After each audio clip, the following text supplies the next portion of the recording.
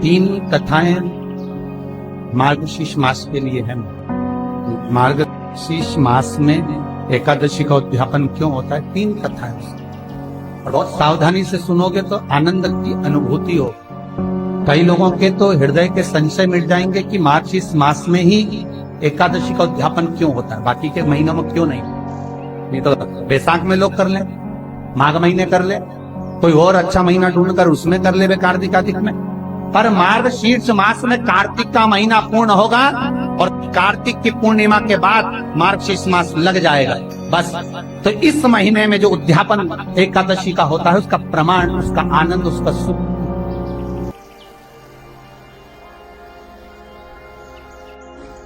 हम कई बार निवेदन करते हैं, आप अगर एकादशी का व्रत कर रहे हो महाराज,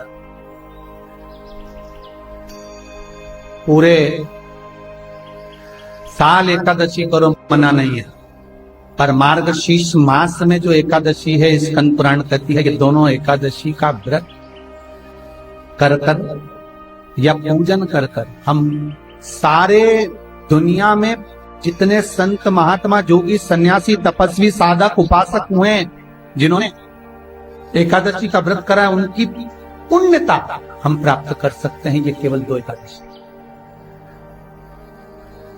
केवल एकादशी का जो उद्यापन होता है, ये कार्तिक का महीना पूर्ण होगा, मार्गशीर्ष लग जाएगा महाराज। एकादशी का जो उद्यापन होता है वो केवल मार्गशीर्ष मास में ही होता है, इसके सिवाय एकादशी का उद्यापन नहीं होता।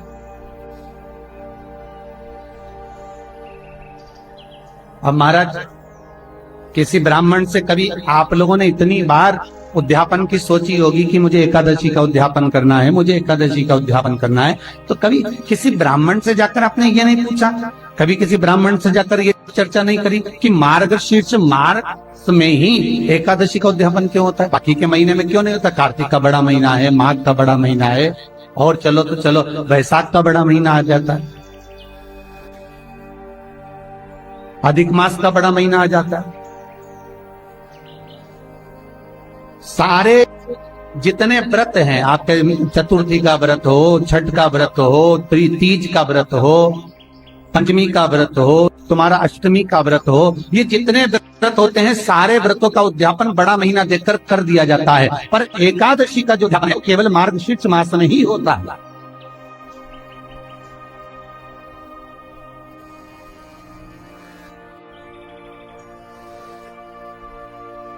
कभी हमारे भीतर भी तो संशय आना चाहिए कि ये मार्गशीर्ष मास में ही एकादशी का उद्यापन क्यों?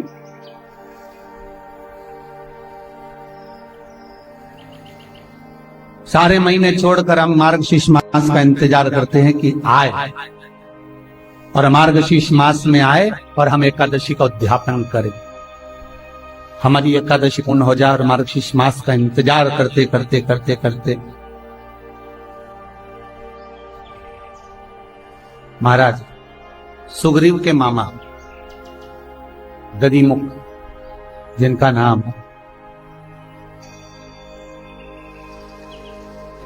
वो अपने शरीर को ये विचार करते थे कि मेरा शरीर भगवान ने दिया तो दिया क्यों? महाराज, कभी कभी एकांत में बैठकर विचार कर लिया करो। आप जितने लोग टीवी पे कथा सुन रहे हो, चाहे मोबाइल पे सुन रहे हो, कभी कभी विचार कर लिया करो कि हमारा जन्म क्यों हुआ है। सुग्रीव के मामा दधिमुख जी बैठे विचार करते, रोज प्रतिदिन किसी न किसी संत के सानिध्य में पहुंच जाते, किसी सदगुरु की शरणागति में पहुंचकर, और यही पहला प्रश्न रखते कि मुझे, मेरा संशय केवल एक है और वो संशय मिटा दीजिए कि मेरे जन्म का कारण क्या है, मैं क्यों पृथ्वी पर जन्म लिया। दधिमुख जी ने जब बार बार प्रश्न किया, एक बार एक संत की सभा में दधिमुख जी बैठ गए। सुग्रीव के मामा दधिमुख जब संत की सभा में बैठे, संत का आगमन हुआ।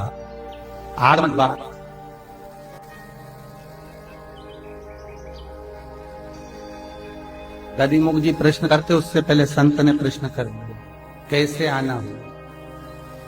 अब दधिमुख को तो ये प्रश्न था कि मेरा जन्म ही क्यों हुआ, किस लिए आए। आज संत ने प्रश्न कर लिया, कैसे आना हुआ। जैसे ही प्रश्न करा संत ने कि कैसे आना हुआ, दधिमुख जी ने एक ही उत्तर दिया, बहुत नाम सुना था तो विचार किया कि एक बार जाऊं मैं आपकी शरण में और कुछ जीवन का भगवत भजन का लाभ लेकर आऊं। दधिमुख जी ने उस दिन किसी संत से प्रश्न करना ही बंद कर दिया कि क्यों। प्रश्न का उत्तर मिल गया। बहुत नाम सुना था महाराज, जब कीट पतंगा, झिंगुर, इल्ली, कीड़ा, गोबर का कीड़ा, पशु पक्षी, ये सारी योनियां जब हम काटते हैं, इन योनियों में हमको लगता है कि मैं कब पृथ्वी पर अच्छे रूप में जन्म लूंगा, कब अच्छे। दधिमुख का वो प्रश्न खत्म हो गया। अब वो प्रश्न नहीं बचा कि मेरा आगमन क्यों हुआ है, मैं क्यों जन्मा हूं, क्योंकि संत ने एक प्रश्न पूछा, कैसे आना हुआ। जब दधिमुख जी सुग्रीव के मामा जो भगवान की भक्ति में निरंतर डूबे रहते थे, भगवत भजन कीर्तन में, मार्गशीर्ष मास था, एकादशी का दिन था। सुग्रीव के मामा दधिमुख जी ऐसी कोई एकादशी नहीं जिसको छोड़ देते हो, सारी एकादशी में पुण्य करना, दान करना, सत्कर्म करना, भजन करना, कीर्तन करना और नाम जाप में डूबे रहना। तो मार्गशीर्ष मास में एकादशी का उद्यापन क्यों? दधिमुख जी महाराज व्रत करते, दान करते, पुण्य करते, सत्कर्म करते। जैसे भीष्म पितामह जितनी एकादशी का व्रत करते, हर एकादशी में एक गौशाला में जाकर गाय को फरियाल कराना, गाय को व्रत कराना, गाय की सेवा करना। 26 गौशाला भीष्म पितामह की थी। जो एकादशी पड़ती थी भीष्म पितामह गौशाला में जाते थे, उसकी सेवा करते थे और गौ माता के साथ फलहार करते। दधिमुख जी का नियम था पुण्य अर्जन करना। एक दिन महाराज दधिमुख के सामने एक बिच्छू का और दधिमुख जी की आज एकादशी का सुंदर आनंद। महाराज भिक्षाम, महाराज भिक्षाम, कुछ भिक्षा में दे दीजिए, मुझे भूख लगी है। दधिमुख जी ने भिक्षा मांगने वाले से कहा कि आज तो एकादशी का दिन है और मैं आपको केवल कुछ फलाहार प्रदान कर सकता हूं, कुछ फल दे सकता, आप इन फल का सेवन करिए। भिक्षुक कहता नहीं नहीं नहीं, मैं ये फल खाता नहीं, मेरे को तो आज भोजन ही चाहिए। और महाराज अगर आप मुझे भोजन नहीं देंगे तो दोषी करें। दधिमुख जी के मन में संशय भरा गया कि आज एकादशी का दिन अगर मैं किसी अन्न दान करता हूं तो मुझे पक्षी की योनि प्राप्त हो। अगर मैं अन्न दे देता हूं एकादशी के दिन तो मुझे पक्षी की योनि मिलेगी।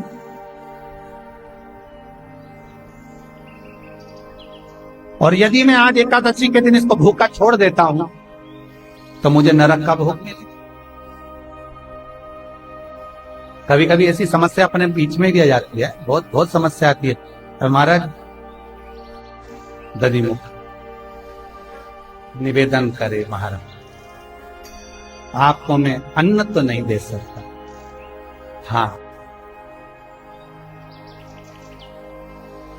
आप यदि कृपा करें तो मैं आपको सुंदर भात फल का ला कर दे सकता हूं, और सुंदर फल ला कर दे देता हूं, फलहार देता हूं, दूध ला कर दे देता हूं, कुछ अच्छी सामग्री बना कर दे देता हूं, पर आप अन्न का भाग देना।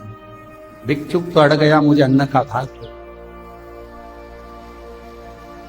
अन्न का भाग मुझे ग्रहण करना है। दधिमुख जी ने उसी समय हाथ जोड़कर जिन देवताओं के दरवाजे पर, जिन संतों की शरणागति में, जिन सदगुरुओं के पास में बैठकर प्रवचन सुना था, भजन किया था, कीर्तन करा था, स्मरण करा था, नाम जाप करा था, नाम कीर्तन में डूबे रहे थे, सारे संतों का, भगवंतों का स्मरण किया। और सारे संत और भगवंत स्मरण कर कर उनका जब स्मरण किया गया तो जितने संतों की एकादशी थी उन सारी एकादशी इस दधिमुख के सामने आकर खड़ी हो। देखिए, सारी एकादशी दधिमुख के सामने आकर खड़ी हो। और खड़ी होकर उन एकादशी ने दधिमुख से कहा, दधिमुख तो चिंता मत, हम सूर्य नारायण से विनती करते हैं और आज का तेरा जो भाग है तुम सूर्य नारायण से विनती कर कर, सूर्य की उपासना कर कर, और आज का भाग जो भी है तो दधिमुख चिंता ना कर, सूर्य की साक्षी में तू इसको वचन दे दे कि मैं इसको भोजन कराऊं। और जैसे ही तुम वचन दोगे हम सूर्य को धीरे धीरे ढलवा देंगे, दूसरा दिन लग जाएगा, पालना का दिन रहेगा, तुम इसको भाग प्रदान कर दो, एकादशी का कर। महाराज दधिमुख जी ने कहा नहीं मानो, एकादशी से करें, अगर आप ऐसा छल करोगे तो ठीक नहीं हो। एक काम करता हूं, आज मैंने जो जितनी एकादशी करी है उस सारी एकादशी का एक साथ उद्यापन कर दो, एक साथ उसको पूर्ण कर दो। महाराज मार्गशीर्ष मास में उत्पन्ना एकादशी का जो भाव वर्णन किया गया, उस दिन से एकादशी का उत्पन्ना मतलब उत्पन्न होकर प्रागट्यता के भाव को कर दिया गया।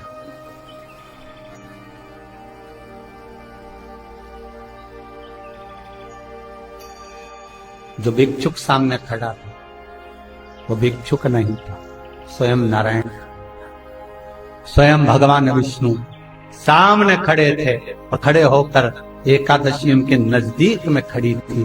और तुरंत नारायण ने कहा, सुन दधिमुख, इतनी एकादशियां हैं, 26 एकादशियों के लोग व्रत करेंगे, पर इस मार्गशीर्ष में तूने मेरा स्मरण कर कर सारे संत महात्मा जोगी सन्यासी तपस्वी साधक उपासक जितने भजनावली कीर्तनीय जितने भी हुए हैं सबका तूने स्मरण करा है, सबको तूने विराजमान करा है, सबको तू लेकर आया है। इसलिए बस यही महीना ऐसा होगा जिसमें एकादशी का उद्यापन होगा और एकादशी पूर्ण रूप से तुम्हें वर प्रदान।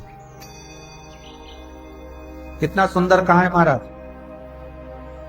पूरे महीनों में केवल एक मार्गशीर्ष मास ऐसा होता है जिसमें उद्यापन करा जाता है। और क्यों करते हैं उद्यापन? तो दधिमुख जी की कथा कहती है, जिस दिन मार्गशीर्ष मास की एकादशी का हम उद्यापन जब करते हैं, 26 एकादशियों का उद्यापन जब हम मार्गशीर्ष मास में करते हैं, सारे संत महात्मा जोगी सन्यासी साधक उपासक स्वयं 33 कोटि देवता अर्थात जितनों ने भी एकादशी करी होती है, सारी एकादशियां का पुण्य उस दिन उद्यापन के समय हमारे खाते में लिख दिया जाता है। इसलिए मार्गशीर्ष की एकादशी के ही महीने में, मार्गशीर्ष में ही केवल एकादशी का उद्यापन।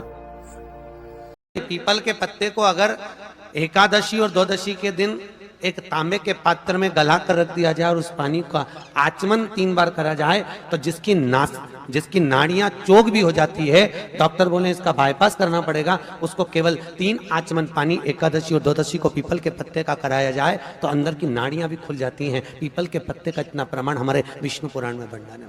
जैसे चर्म रोगधारी व्यक्ति होता है ना, जिसकी चमड़ी सफेद पड़ जाती है, तो उसको क्या करना चाहिए? केवल हिंदू धर्म में केवल एक पीपल का वृक्ष है जिसका पराग झड़ता है और वो रात्रि को लगभग 10 बजे से 12 बजे के भीतर, 9 बजे से 12 बजे के भीतर पीपल के पेड़ के पत्ते का पानी झड़ता है। उसके नीचे एक थाली रख देना चाहिए और उस थाली में पीपल के पेड़ के नीचे रख दो और उसका पराग जब झड़ जाए वो पानी को बाल्टी में धो लो और धोने के बाद थाली को उस पानी से 15 दिन, 8 दिन, 20 दिन स्नान करिए। धीरे धीरे चर्म रोग समाप्त हो जाता है। सफेद जो चमड़ी पड़ी वो वापिस अपने रंग में आना चालू हो जाता है।